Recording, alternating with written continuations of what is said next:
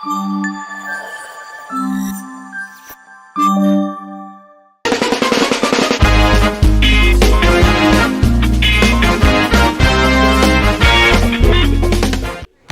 Hello, నమస్తే. ఈ పెళ్ళాళ్ళు ఉన్నారే చాలా తెలివిగా ఉంటారండి. వాళ్ళకి ఏదైనా రెస్టారెంట్కి వెళ్ళి తినాలని అనిపించింది అనుకోండి, వాళ్ళు స్ట్రైట్ అవే ఆ విషయాన్ని మొగుడికి చెప్పరు.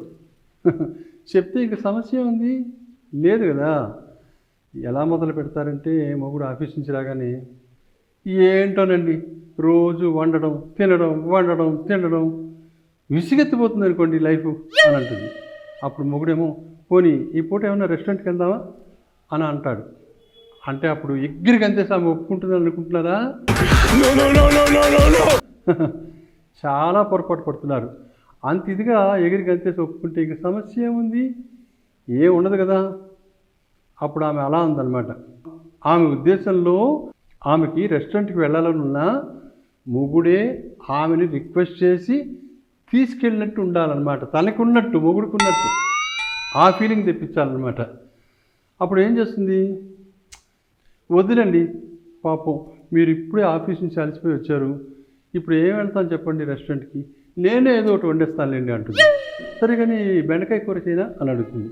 మూడేమో బెండకాయ కూర అది నాకు ఇష్టం లేదని తెలుసు కదా నీకు అంటాడు. అప్పుడు పెళ్ళేమో పోనీ గుత్తొంకాయ కూర చేయనా అని అడుగుతుంది. మూడేమో చాలా సంబరపడిపోతాడు. గుత్తొంకాయ కూర నాకు చాలా ఇష్టం అని అంటాడు. ఆవిడ లోపలికి వెళ్తుంది, వెంటనే గోడ కుట్టిన బంతిలో వెనక్కి వస్తుంది.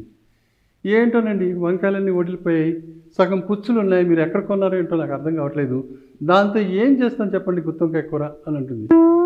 అప్పుడు వేరే కూర గురించి డిస్కషన్ జరుగుతుంది. అబ్బే ఆ కూరని పిల్లలు అసలు ముట్టరండి అంటుంది.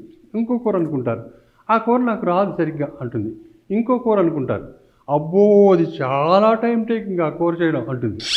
ఇంక చివరికి మొగుడికి విసుగొచ్చేస్తుంది. వద్దులే నేను చెప్తున్నా కదా మనం ఈ పూటకి రెస్టారెంట్కి వెళ్ళిపోదాం అని అంటాడు. అప్పుడు ఏ రెస్టారెంట్కి వెళ్దాం అని అడుగుతాడు మొగుడు.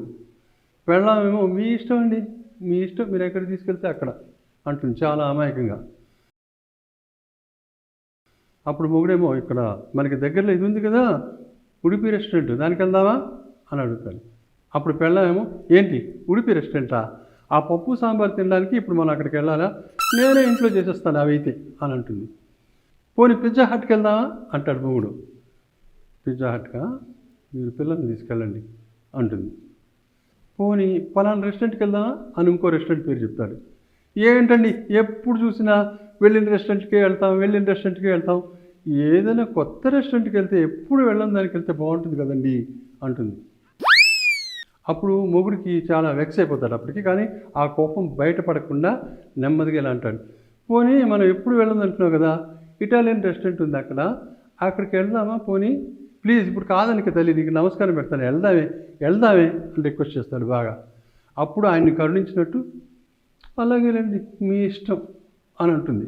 ఆవిడకి కూడా తినాలని ఉంది ఇటాలియన్ రెస్టారెంట్ చూద్దామని, కానీ ఏదో మీ ఇష్టం తీసుకెళ్ళండి అంటుంది. సరే మొత్తానికి బయలుదేరి వెళ్తారు. చాలా దూరం ఉంటుంది ఆ రెస్టారెంట్. వెళ్ళి అక్కడ కూర్చుంటారు. మెనూ తెరిచి చూస్తే ఒక్క ఐటెం కూడా వీళ్ళకి అర్థం కాదు అదేంటో. అది చదవడానికి నోరు కూడా తిరగదు. అసలు అది వెజిటేరియన్ ఐటమా నాన్ వెజ్ ఐటమా అవి కూడా తెలియదు వీళ్ళకి. ఇంకా బేరాన్ని పిలుస్తారు, పిలిచి వాళ్ళని అడుగుతారు ఇందులో వెజిటేరియన్ ఏది నాన్ వెజిటేరియన్ ఏంటి అంటే వాడు చెప్తాడు డీటెయిల్గా ఏది ఏమిటి అని. వాడు చెప్పిన దాన్ని బట్టి ఏదో సెలెక్ట్ చేసుకుంటారు, ఫుడ్ ఆర్డర్ చేస్తారు.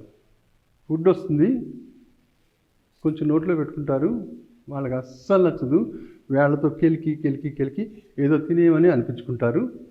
బిల్లు వస్తుంది, పెద్ద బిల్లు, అది పే చేసి ఇంటికి బయలుదేరుతారు. సరే ఇంట్లో అడుగు పెట్టగానే పెళ్ళం ఏమంటుందో తెలుసా, తీసుకెళ్ళగా గొప్పగా ఏదో ఒక రెస్టారెంట్కి తీసుకెళ్ళారు, పనికి మాలిన రెస్టారెంట్కి, ఛీ నా బతుకు అంటుంది. కోరికేమో ఆవిడది, తీర్చిందేమో ఈయన, తిట్లు తినేది కూడా ఈయనే. పాపం మూడు